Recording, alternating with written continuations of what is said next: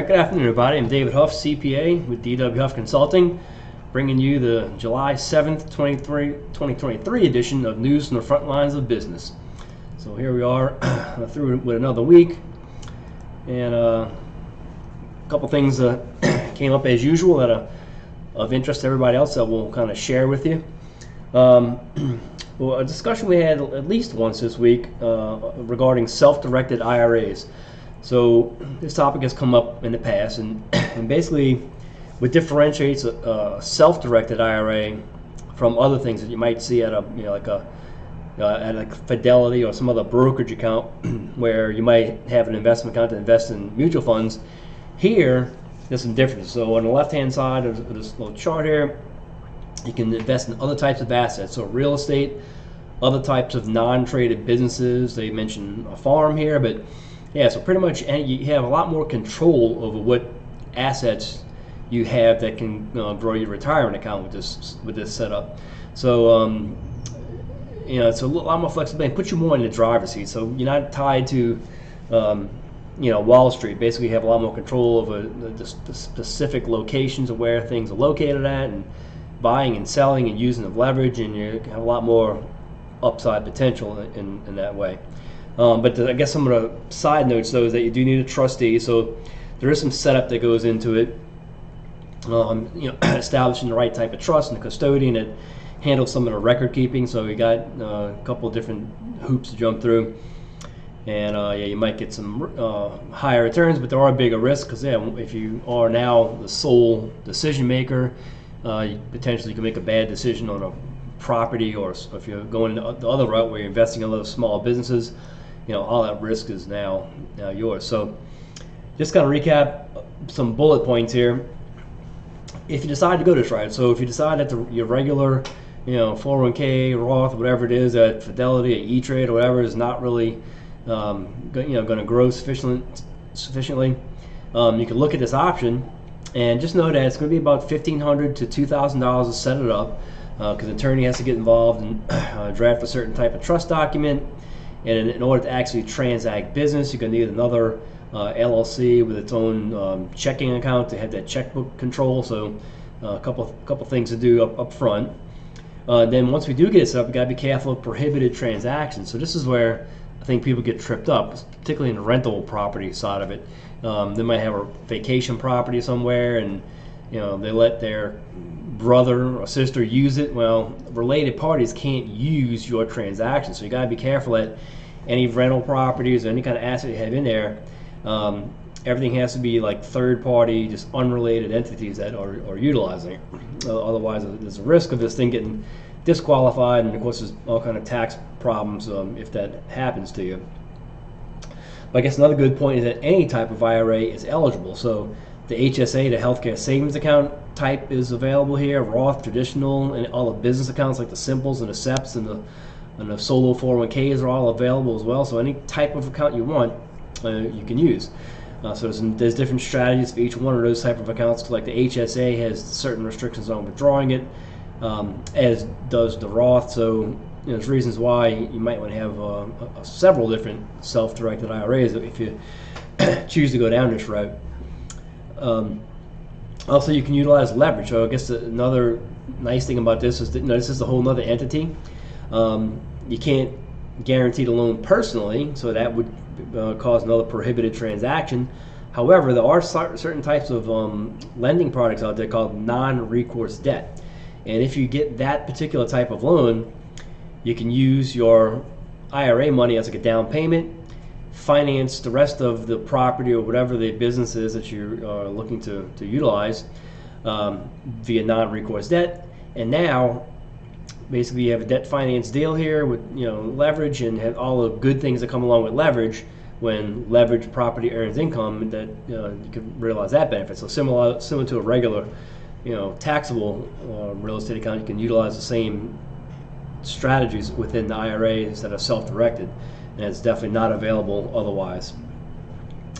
And I guess another thing to be, a little bit wary of is that certain transactions might generate taxable income inside the IRA. So normally anything inside the IRA grows tax deferred or tax free in the case of a Roth.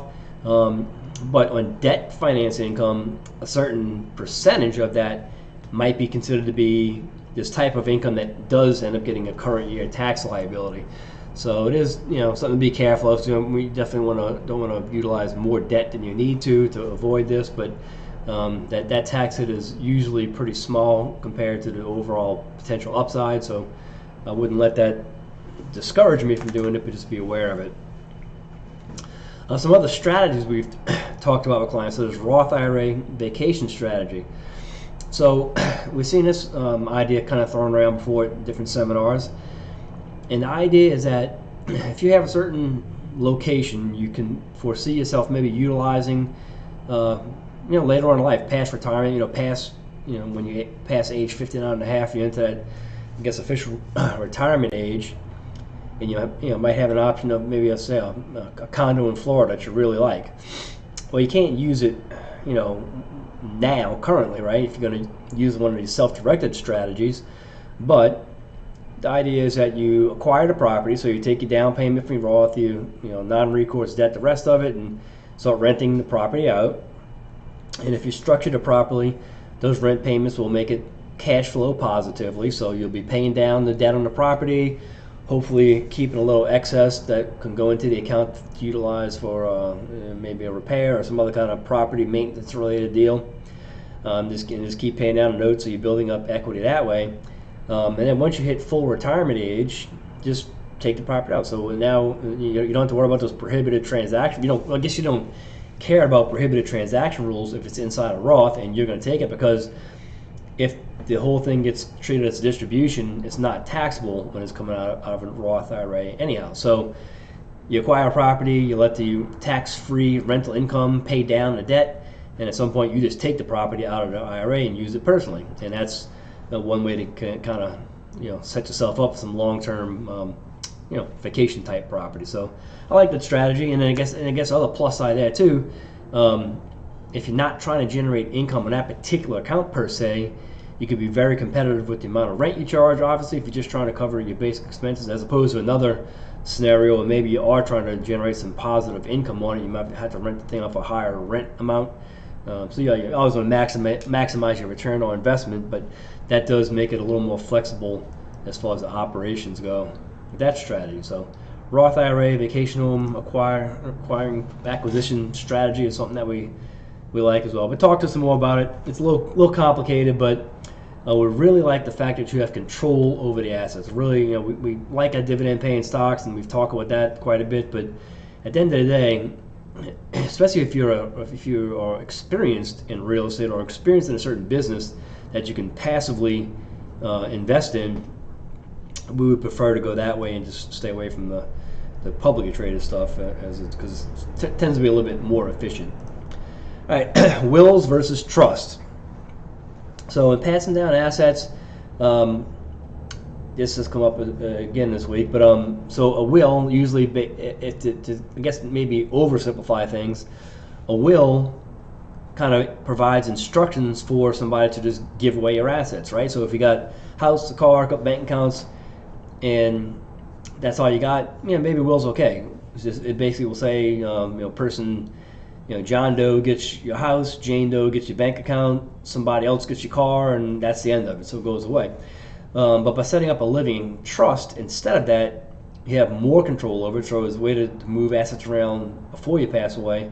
But also, after you pass away, you can limit how the assets get utilized. So particularly if you have young kids in the mix, you might not want even a 20 or 22-year-old person to inherit, a $500,000 bank account or a $1 million house somewhere, because at that age, there's a great possibility that he still might not have the maturity to really manage that stuff properly for long-term